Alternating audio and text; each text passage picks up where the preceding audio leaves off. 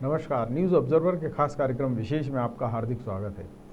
मध्य प्रदेश में 27 विधानसभा सीटों के लिए उपचुनाव होने हैं और उसे लेकर भारतीय जनता पार्टी ने अपनी तैयारी शुरू कर दी है। जगह जगह उसके नेता दौरे कर रहे हैं। इसी सिलसिले में ज्योतिरादित्य सिंधिया का इंदौर और उज्जैन दौरा जो है वो सुर्खियों में है और इस दौरे को लेकर ये बात भी निकल कर आई है कि बीजेपी में कहीं ना कहीं गुटबाजी है। वहीं दूसरी ओर कांग्रेस की बात करें तो कांग्रेस मैदानी तौर पर तो नज़र नहीं आ रही है, परंतु उसके नेता फेसबुक और ट्विटर पर ज़रूर सक्रिय हैं। फेसबुक को लेकर राहुल गांधी का जो बयान आया, उससे लेकर प्रदेश के गृह मंत्री डॉक्टर नरोत्तम मिश्रा ने ये तक कह दिया कि कांग्रेस को अपना खुद का फेस ठीक करना चाहिए, फिर दूसरों पर आरोप लगाना चाहिए, क्योंकि कांग्रेस लगभग सभी पर आरोप लगा चुकी है, सभी संस्थाओं के प्रति संदेह जता चुकी है, तो ये एक अच्छी बात नहीं हो सकती। वही कांग्रेस के अन्य नेताओं की बात करें तो वो इस समय सुप्त अवस्था में है। समझ में नहीं आ रहा है कि उपचुनाव को लेकर उनकी तैयारी क्या है। आज इसी विषय पर चर्चा करेंगे और ये भी जानने की कोशिश करेंगे कि कांग्रेस बीजेपी से आने वाले चुनाव में किस तरह निपटेगी। चर्चा की शुरुआत करें उससे पहले मेहमानों का परिचय। बात सपाक्स की तो सपाक्स से वरिष्ठ नेता हैं हरिओम गुप्ता जी, यहाँ पर अपनी पार्टी का भी पक्ष रखेंगे और हमें बताएंगे कि कांग्रेस बीजेपी से लोग नाराज़ क्यों हैं। और बीजेपी की बात करें तो बीजेपी से वरिष्ठ नेता हैं अनिल चौधरी जी, वो यहाँ बीजेपी का पक्ष रखने के लिए मौजूद हैं।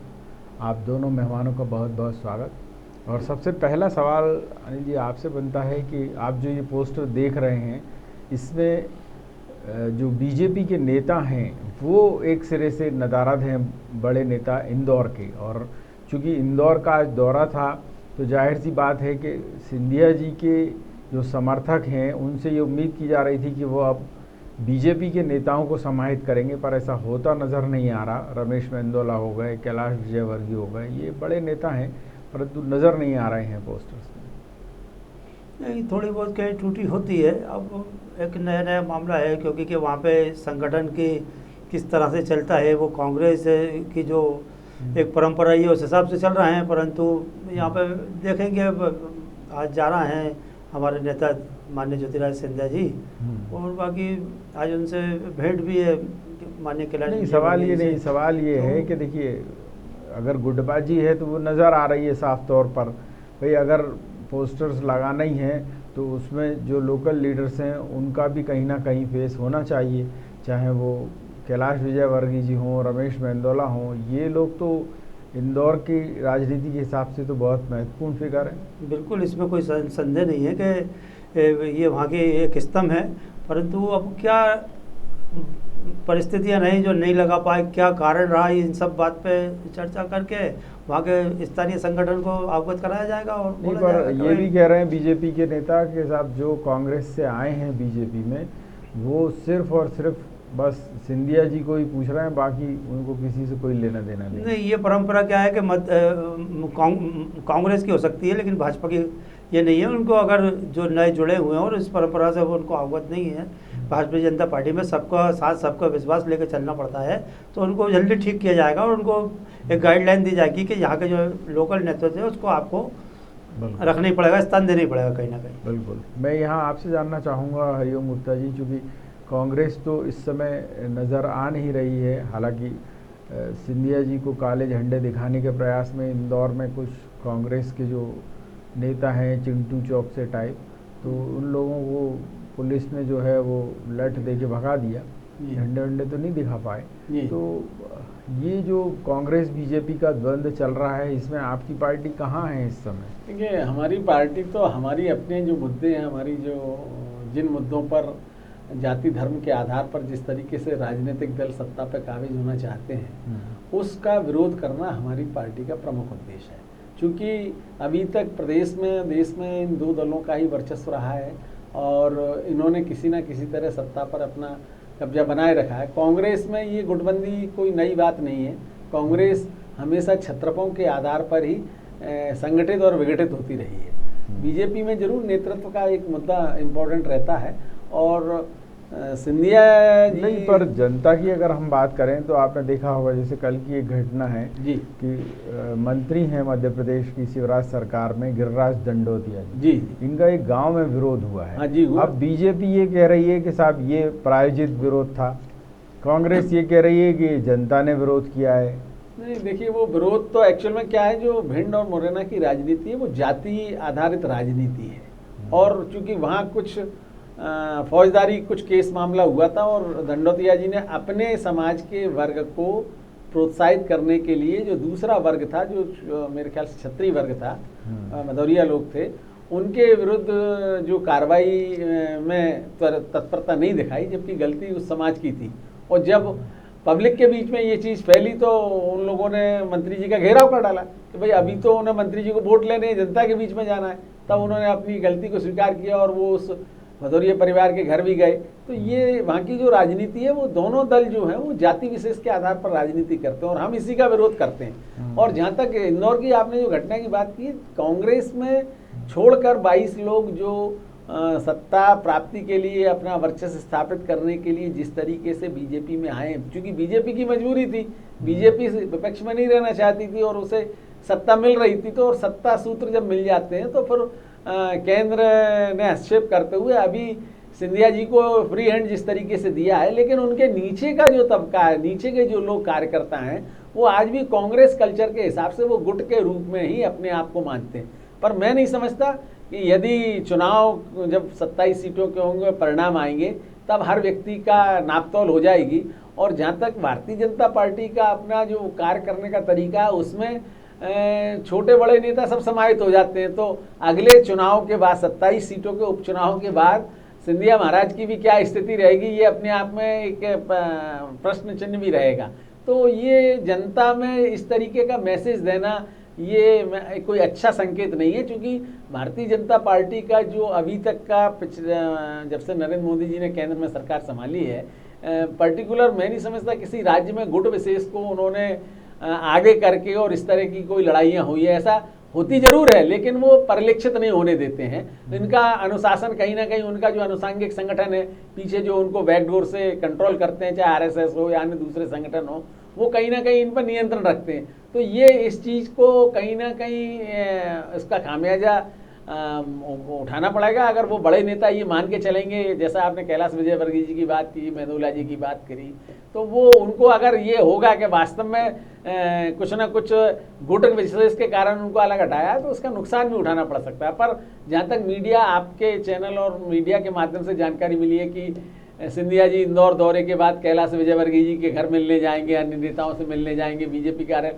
बीजेपी की भी मजबूरी है, क्योंकि पिछले 15 सालों से हमारे शिवराज सिंह जी प्रदेश को चला रहे हैं। अब यहाँ कोई सेकंड नेतृत्व तैयार करना है तो केंद्र ये प्रयोग भी करके देख रहा है कि भाई अगर ये इनका कुछ चमत्कारी नेतृत्व रहता है, 22 की 22 सीटें जिता के लाते हैं, क्या स्थिति बनती है, तो आगे हो सकता है ये मध्य प्रदेश में एक बीजेपी की तरफ से एक बड़ा चेहरा ज्योतिरादित्य सिंधिया के रूप में सामने आए। लेकिन वर्तमान में जो स्थितियां हैं, जहाँ जहाँ चुनाव हो रहे हैं और वहाँ जो पुराने लोग बीजेपी के हारे हैं, वो अभी भी इस चीज़ को स्वीकार नहीं कर पा रहे हैं। और ज्योतिरादित्य जी को या उनसे जुड़े हुए जो लोग भारतीय जनता पार्टी में शामिल हुए हैं, उनको वो आत्मसात नहीं कर पा रहे हैं, चाहे वो सांची का मामला हो या अजय बिश्नोई जी जैसा कह रहे हैं।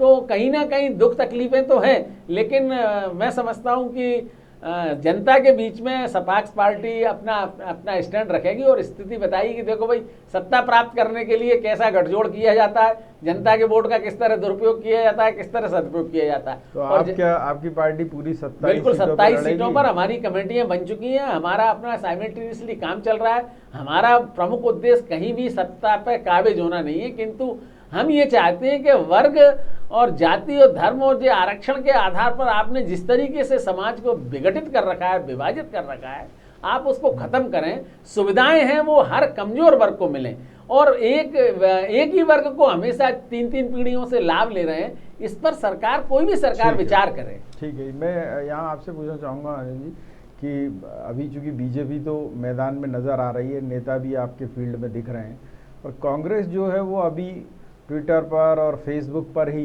जिसको कहें फोकस किए हुए है। और पहले कांग्रेस मीडिया को कटघरे में खड़ा करती थी कि ये सब सरकार के फेवर में चलते हैं। अब उन्होंने सोशल मीडिया को भी कहना शुरू कर दिया है, फेसबुक पर ही ये आरोप लगा दिया है। आज उनके एक नेता ने तो धमकी भी दी है आँखी दास को, जो यहाँ फेसबुक की मतलब अधिकारी हैं। तो मतलब ये क्या वाकई में ऐसी स्थिति है या फेसबुक गलत कर रहा है कांग्रेस के साथ? नहीं, फेसबुक देखिए, मीडिया या सोशल मीडिया या कोई भी हिंदुस्तान की जो स्वतंत्र संस्थाएं हैं उनको उठा के देख लीजिए, क्या उन्होंने सर्वोच्च न्यायालय के बारे में नहीं बोला, चुनाव आयोग के बारे में नहीं बोला, ईडी के बारे में नहीं बोला, या आपके सीबीआई के, सबको उन्होंने कटघरे में खड़ा कर, सिर्फ वो ईमानदार, वो सच्चे, बाकी सारे लोग झूठे हैं। आप में सब झूठे हैं, सिर्फ कांग्रेस और कांग्रेस के नेता सच्चे हैं। क्या है कि हम कुछ नहीं कर पाते तो हम किसी पे भी आरोप लगाना सबसे आसान काम है। अब सोशल मीडिया पे प्रतिक्रिया और क्रिया दोनों होती हैं। भाई आपका वहाँ पे जो है आईटी सेल इतना मजबूत नहीं है, वहाँ पे लोग आपने बैठाए नहीं, इसलिए अपनी बात को नहीं रख पाते। लेकिन यहाँ पे क्या है कि एक बहुत बड़े वर्ग को माननीय मोदी जी ने और हमारे प्रदेश के नेतृत्व ने जोड़ा है, जो कि उसमें सक्रिय रहते हैं और सोशल मीडिया के माध्यम से लोगों तक अपनी बात पहुँचाते हैं। ये यहाँ पे फेल है, और ये यहाँ फेल नहीं है, हर जगह फेल है कांग्रेस। इसलिए सिर्फ इनका रोना धोना चालू है। पिछले 6-7 सालों से तो ज़्यादा है, और 15 साल से तो मध्य प्रदेश में लगातार बने हुआ है। बिल्कुल। और ये जो आरोप लग रहे हैं कि नहीं साहब, फेसबुक जो है पक्षपात कर रही है इनके साथ, राहुल गांधी जैसे नेता कह रहे हैं, दिग्विजय कह रहे हैं, कमलनाथ कह रहे हैं, सब के सब कह रहे हैं कि ये फेसबुक पक्षपात कर रहा है, बीजेपी को ज़्यादा महत्व देते हैं, उनकी कोई भी टिप्पणी प्रसारित कर देते हैं, और आपकी जो टिप्पणियाँ रहती हैं कांग्रेस की उनको नहीं करते हैं। नहीं, बिल्कुल ये निराधार आरोप है। मैं नहीं समझता कि उसमें फेसबुक का कोई इसमें पार्ट रहा कि इनको या व्यक्तिगत रूप से जानते हो, ऐसा कुछ नहीं है। परंतु ये है कि ये अपने भूमिकाएं सही से, विपक्ष की भूमिका सही से निभा नहीं पा रहा है, और इसलिए इन्होंने सारे ही लोगों को कटघरे में खड़ा कर रखा है। और ये सब निराधार है। मेरे तो मतलब ये पल्ले नहीं पड़ता है कि ये किस आधार पर ये सारे आरोप लगाते हैं।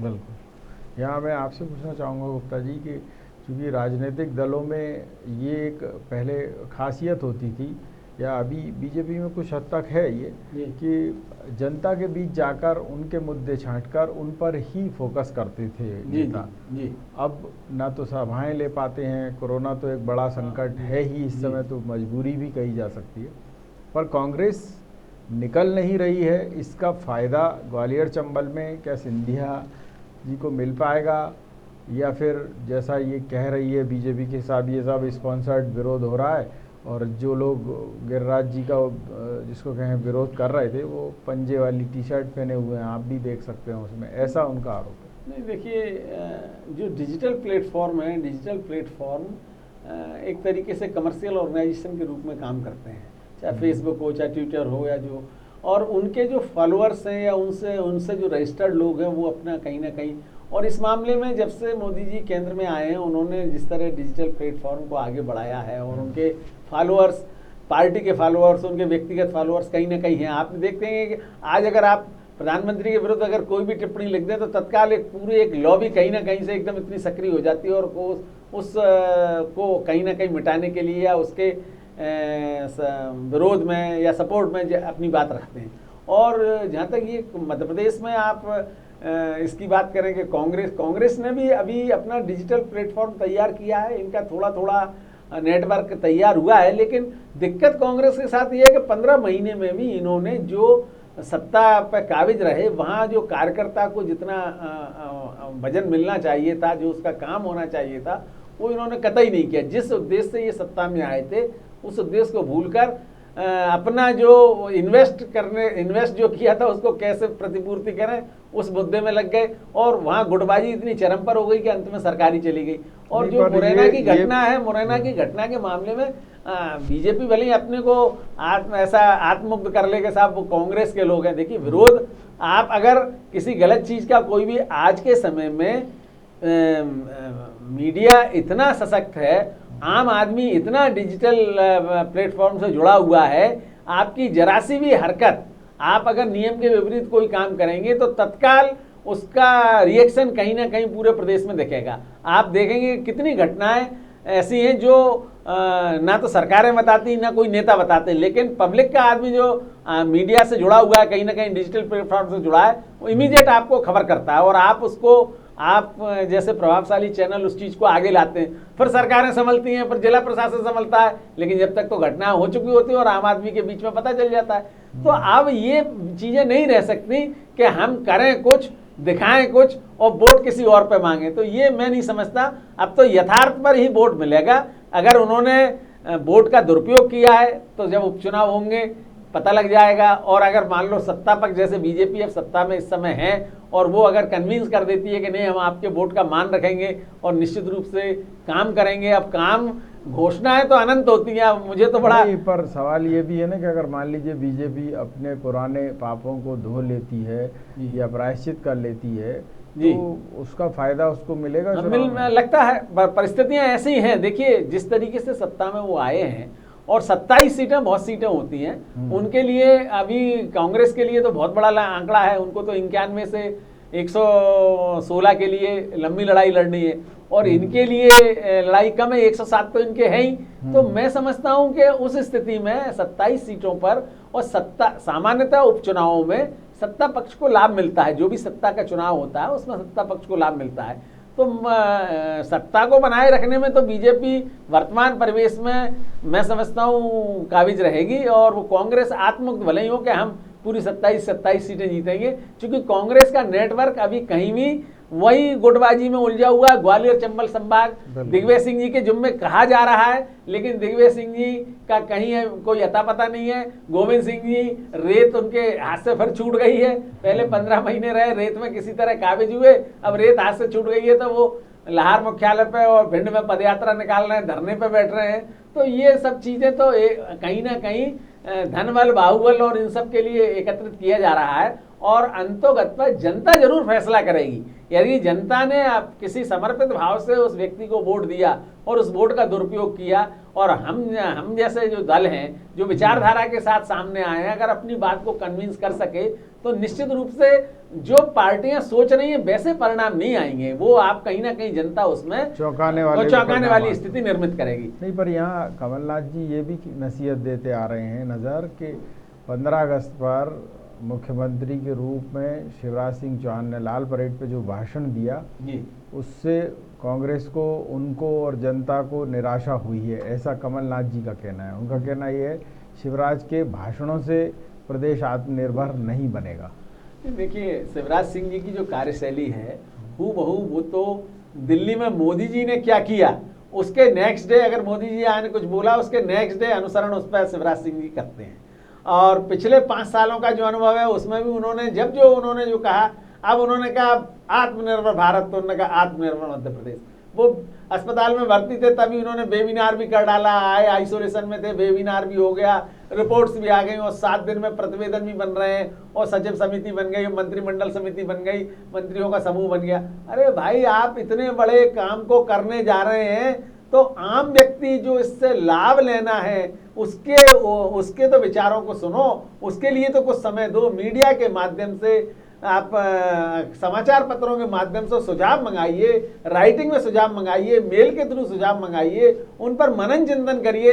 अब आप अभी 3 दिन बाद विभागवार समीक्षा चालू कर देंगे, हमने ये किया, हमने ये किया। देखिए कहना बात अलग है और एग्जीक्यूशन बात अलग है। बिजली के मामले में घोषणा कब हुई थी, आप धरातल पता लगा लीजिए कि क्या स्थिति है, 50% की छूट किसको मिली, किसको नहीं मिली। तो ये आपने 1 महीने पहले कहा था कि सब गरीबों को जिनके पास कार्ड नहीं है भोजन वो निःशुल्क खाद्य सामग्री मिलेगी, आज भी नहीं मिला और 26 जनवरी पे उन्होंने उसको शामिल किया। तो मैं नहीं समझता कि माननीय हमारे मुख्यमंत्री जी जिस तरीके से वो अपनी बातों को रखते हैं हमेशा उन्हीं सारी चीज़ों को। अब उन्होंने कहा सड़कें, भाई सड़कें केंद्र सरकार बना रही है, चंबल एक्सप्रेस वे जिसको किन्हीं कारणों से मान लो कांग्रेस के समय चालू नहीं हुआ, आप हर महीने 2000 करोड़ का कर्जा ले रहे हो, 700 करोड़ रुपए वहाँ जमीन का अधिग्रहण करने में पैसे लगेंगे, पैसे है नहीं आपके पास। आपने कलेक्टर मोरेना शो पर भिंड को कह दिया अदल बदल कर लो। अरे भाई किसान जिसकी अच्छी जमीन है वो खराब जमीन क्यों लेगा, जो पैसे का अगर प्रोविजन है तो आप पैसे ही करो। अब आप भोपाल एक्सप्रेस वे जो फिर ठंडे कांग्रेस अपने हिसाब से बना रही थी,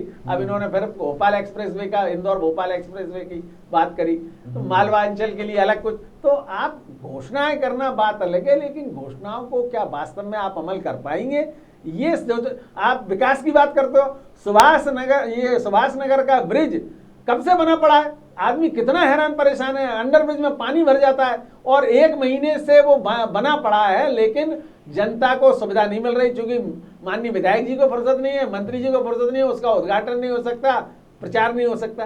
तो इस तरह के कामों से अगर भारतीय जनता पार्टी आत्ममुग्ध हो तो मैं नहीं समझता कि इस राज्य का कुछ भला हो सकेगा, बहुत अच्छी बात आपने कही बनेगा। ये बात जो उठाई है गुप्ता जी ने, अनिल जी, के आत्मनिर्भर भारत की बात कर रहे हैं मोदी जी, अच्छी बात है। सीएम शिवराज कर रहे हैं आत्मनिर्भर मध्य प्रदेश की, अच्छी बात है। पर कमलनाथ जी अगर ये बात उठा रहे हैं कि खाली भाषणों से नहीं होगा, कुछ ज़मीन पे भी करके दिखाना पड़ेगा आपको। अफसरशाही ऐसी है आपकी कि मंत्री आज कहे तो वो 10 दिन तक तो वो अफसर अपने यहाँ फाइल पे ही चिपक के कुंडली मार के बैठा हुआ है सांप की तरह। आप मतलब कैसे पार पा पाएंगे? अभी जैसे इन्होंने एक उदाहरण दिया कि राजधानी में कई विकास कार्य पूरे हुए पड़े हैं। अभी सीएम ने भी 4 दिन पहले वेबिनार में के बाद ये जो कैबिनेट हुई थी उसमें कहा कि जिनका लोकार्पण करना है, जिनका शिलान्यास करना है, उनको जल्दी कर लें। तो क्या मतलब शिवराज जी की भी बात को सुनते नहीं है क्या? नहीं, देखिए, शिवराज जी की बात कौन नहीं सुनेगा। पिछले तो ये नहीं सुन रहे ना, अभी तो एक उदाहरण दे दिया अभी आपको गुप्ता जी ने। देखिए ये तो साक्षात उदाहरण है।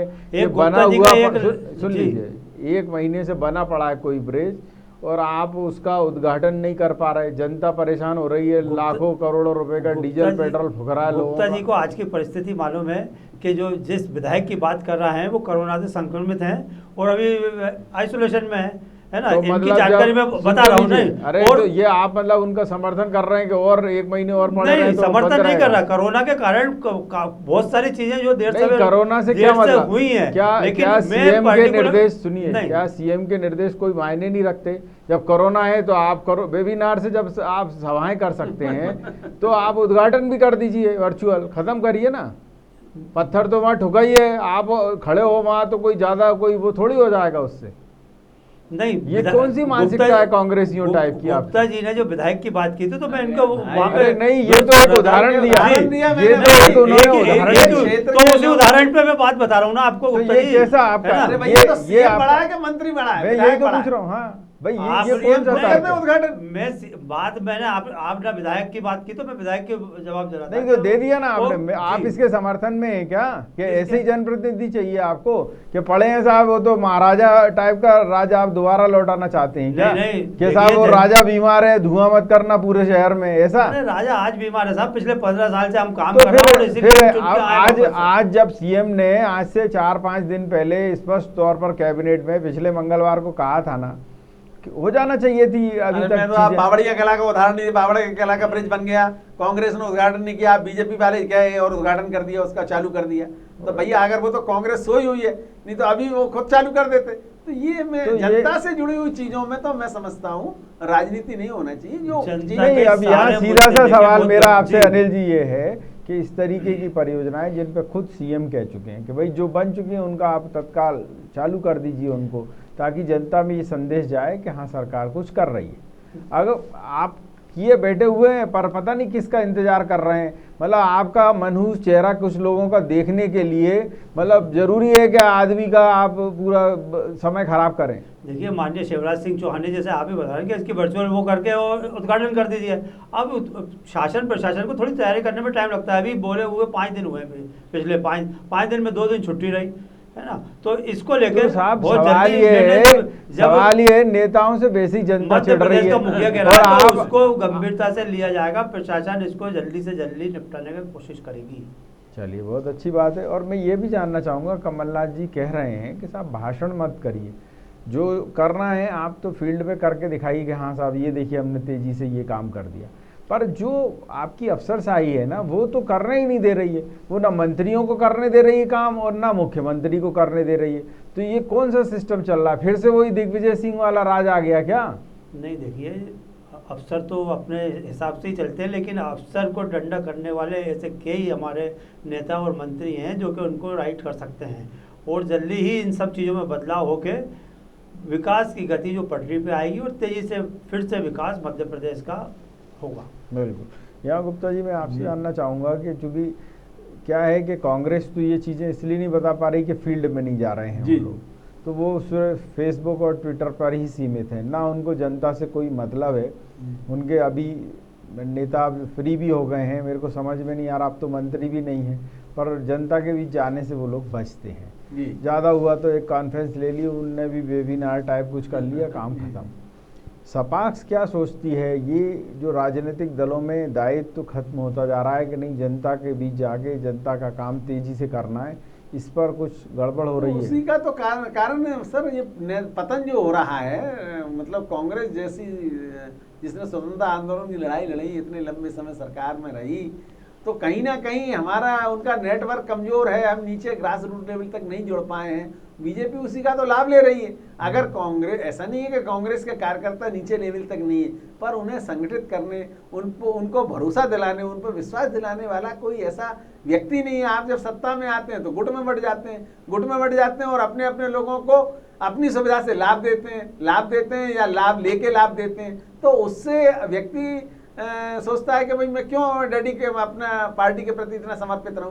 तो और जहां तक आपने हमारी बात कही, हमारा तो वही अभी नया जन्म है, नया संगठन है, हमारी नई विचारधारा है, और हम सत्ता के लिए नहीं, हम बार बार कहते हैं हम सत्ता पर काबिज होना नहीं। हमारा तो ये है कि आपने दोनों दलों ने देश की आज़ादी के बाद से संविधान की व्याख्या को अपने हित में उधेड़ दिया है।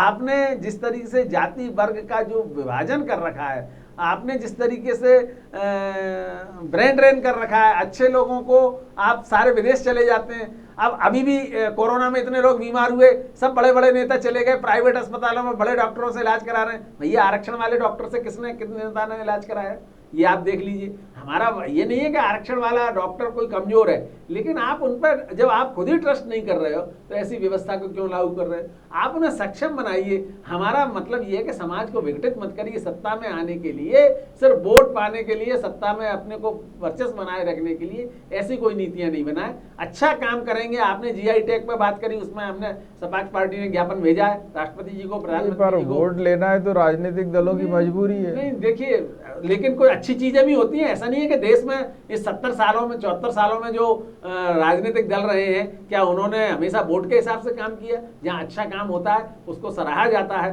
अब आप जैसे आपने अभी मुख्यमंत्री जी के भाषण में पहला था कि हमने सिंगल विंडो बना दी है, 30 दिन में होगा। आप रिकॉर्ड निकलवा दीजिए, 2014 में इन्होंने मध्य प्रदेश, विजनरी मध्य प्रदेश बनाने में ट्राइफेड को अधिकृत किया था और 7 दिन में कहा था कि हम सिंगल विंडो से 7 दिन में उद्योग लगाने में अनुमति देंगे। भैया उस समय कितने उद्योग लगे? अब 7 दिन की अवधि 30 दिन हो गई। अब 30 दिन का भी रिजल्ट देख लेंगे। घोषणाएं करना, नीतियां बनाना बात अलग है, लेकिन उसको नीचे तक अमली जामा पहुंचाना। आज आपका जो उद्योग का प्रपोजल है, जब वहां जाएगा AKBN में जाएगा तो वो अपना नियम बताएगा, और पॉल्यूशन वाला अलग बैठा हुआ है। पॉल्यूशन क्या है, जब तक मेरा क्लियरेंस नहीं होगा आप कुछ कर नहीं सकते। जहाँ फॉरेस्ट लगा वहाँ फॉरेस्ट का क्लियरेंस होगा। तो ये भले ही ये सिंगल विंडो की बात करें, ये सब कहने की बातें हैं। वास्तव में एक उद्योग लगाने में वो व्यक्ति कितना हैरान परेशान रहता है। मैंने तो पिछली बार भी आपके माध्यम से अपनी बात रखी थी, आप फ्री छोड़ दें, सारे नियंत्रण खत्म कर दें, उसको आप फ्री छोड़ दें कि 3 महीने में भैया तू उद्योग लगा, हम 15 दिन में तुम्हारी जांच करके जितनी छूट सुविधाएं दे सकते हैं वो सब देंगे। बिल्कुल। यहाँ मैं अनिल जी आपसे जानना चाहूँगा कि लोग इस बात को लेकर परेशान नहीं हैं कि आपकी पार्टी काम नहीं करती। लोग इस बात को लेकर परेशान हैं कि आपके नेता घोषणाएं तो बहुत करते हैं पर काम नहीं होते हैं। मतलब एक छोटे से कर्मचारी से लेके ऊपर बैठा IAS अफसर तक बस इसी जुगाड़ में है कि कैसे इसमें एक खच्चर फंसा दें और कैसे इसका काम तमाम हो जाए, और वो जिसको कहें सिस्टम ही पूरा का पूरा बैठ जाता है, स्पीड उसमें आ ही नहीं पाती है काम में। बिल्कुल आप सही कह रहे हैं कि ब्यूरोक्रेट तो कहीं ना कहीं हरामखोरी करता ही है। उनकी लेट लतीफ़ी के कारण कई प्रोजेक्ट पड़े रहते हैं, बल्कि ठंडे बस्ते में चले जाते हैं। परंतु अब इन सब व्यवस्थाओं को सुधारने में थोड़ा समय तो लगता है और धीरे धीरे सुधार आएगा। माननीय मोदी जी ने काफ़ी कुछ इस पर कंट्रोल किया है और जल्दी ये प्रदेश इकाई में भी ये चीज़ आएगी और मेरे अभी साथी गुप्ता जी कह रहे हैं कि हम राजनीति, जो भी राजनीति करता है वो सरकार बनाने के लिए करता है, तो ये मैं यहाँ सुधार दूं कि ये बार बार आप कह रहा है कि हम साहब सत्ता के लिए नहीं कर रहा है, तो ये सब रखोस्ता छोड़ दीजिए। जो राजनीति प्लेटफॉर्म पे आता है वो सत्ता पाने के लिए आता है। मतलब ये बार बार आपके मुख से ये बात अच्छी नहीं लगती, सत्ता की राजनीति क्या कर रहा है, बेकार लोगों को मूर्ख नहीं बनाइए, जो स्वाभाविक है वो बात करिए। अच्छे उद्देश्य देना और अच्छी बातें करना बहुत अच्छी बात है, लेकिन हर टारगेट जो होता है, बहुत अच्छी बात आपने कही है कि वाकई जो है वो होना चाहिए कि हाँ अभी तो आप सत्ता में नहीं, अभी तो मूड बना रहा है, हम सत्ता नहीं चाह रहे, सत्ता नहीं चाह रहे, तो वोट लेने के लिए जो कुछ कर सकते हैं वो करना चाहिए, परंतु जनता ये भी चाहती है कि नेता जो घोषणाएं करते हैं, जो बातें करते हैं, उनको पूरा भी करें, क्योंकि होता ये है कि नेताजी घोषणाएं खूब कर देते हैं और वो धरातल पर उतर ही नहीं पाती हैं, क्योंकि हर अफसर का अपना ईगो है, हर कर्मचारी का अपना ईगो है, और इस चक्कर में जो घोषणाएं हैं वो धरातल पर आ नहीं पाती। न्यूज़ ऑब्जर्वर के खास कार्यक्रम विशेष में इतना ही, लेकिन यहाँ बेबाक खबरें निरंतर जारी रहेंगी। आप देखते रहिए न्यूज़ ऑब्जर्वर यानी सिर्फ खबर।